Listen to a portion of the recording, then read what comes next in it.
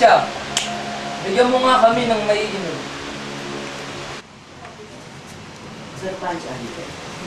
Sa katunayan, tabak ang siya. Ito po ang inyong inumin. Babae sa laway. Concha, ang aking tsaa. Kanya pa ako naghihintay. Concha, unahin mo na siya. Iyak na ikalulungkot ni Padre Damaso na kung malalaman niyang ililipat siya ng destino. Saan siya ililipat? Sa Tayabas daw. Siguradong malulungkot din si Maria Clara sa balitang yun. Dahil parang ama na rin ang turing niya kay Padre Damaso.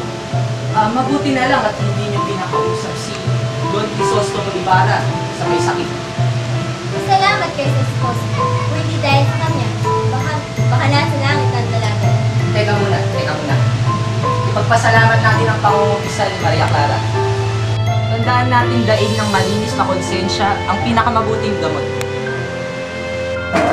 Nagagahan ng babae niya. Alam niyo bang wala na siyang ginawa sa bahay kung titigan ako? Hindi naman na kailangan ipagtanong kung sino mas maganda sa amin. Munti ko na nga siyang umisahin kung may nakikita siyang mali sa akin sa hotel. Ngunit kung pagtigil ako, ipag-isip-isip kong magsutaan sa pinag-aralan ko at hindi dapat mabasa ang tulong niya. Sandali nga lang, Santiago. Pakisabi mo nga kay ihanda si Maria Clara sa pangukumunyon dahil mamayang gabi ako ibabalik upang kumpisalan ng iyong dalaga. Pero Padre Salvi, baka isipin ni Maria Clara na siya'y malubhana. Huwag ka mag-alala, kaibigan. Bihasa na ako sa ganyan. Marami na akong napagaling dahil sa pangungumpisal at pangungumunyon.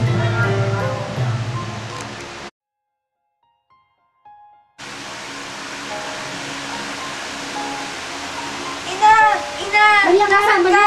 Kailangan kita! Gising, Maria. Meron ka ba ng isa?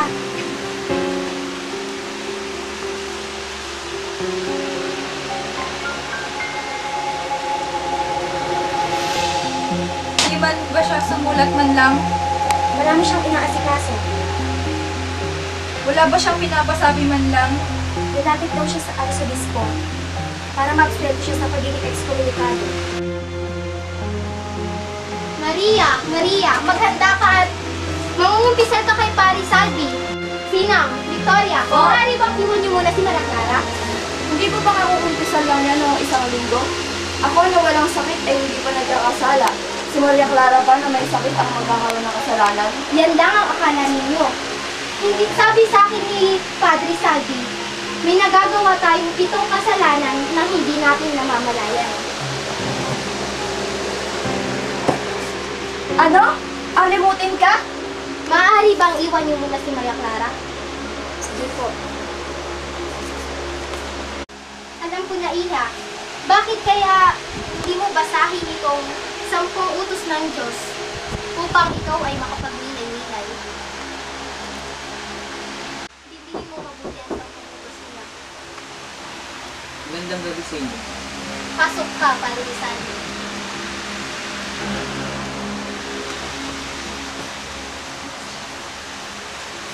Dito na ka na maupo.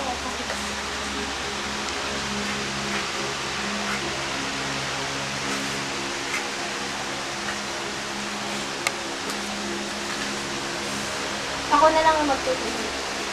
Magandang gabi sa iyo, Maria Clara. Sisimulan ko na ngayon ang pangungumpisal sa iyo, Iha. Nel nome del Padre, dello Figlio, e dello Spirito Sancto. Amen. Sabihin mo sa akin lahat ng iyong kasalanan.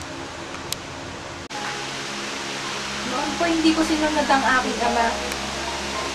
Kanina lang po'y hindi ko ininom mga aking gamot.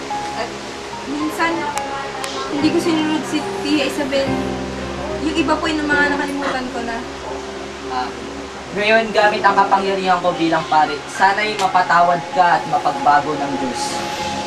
Nel nome del Padre, e dello Figlio, e dello Spirito Sancto. Amen. Tuloy mo na ang iyong pagtulog, Maria Clara. Maraming salamat, Padre Salvi. Salamat, Ngayon, Isabel. nakahinga na ako ng maluwag. Sige, mauna na ako sa iyo.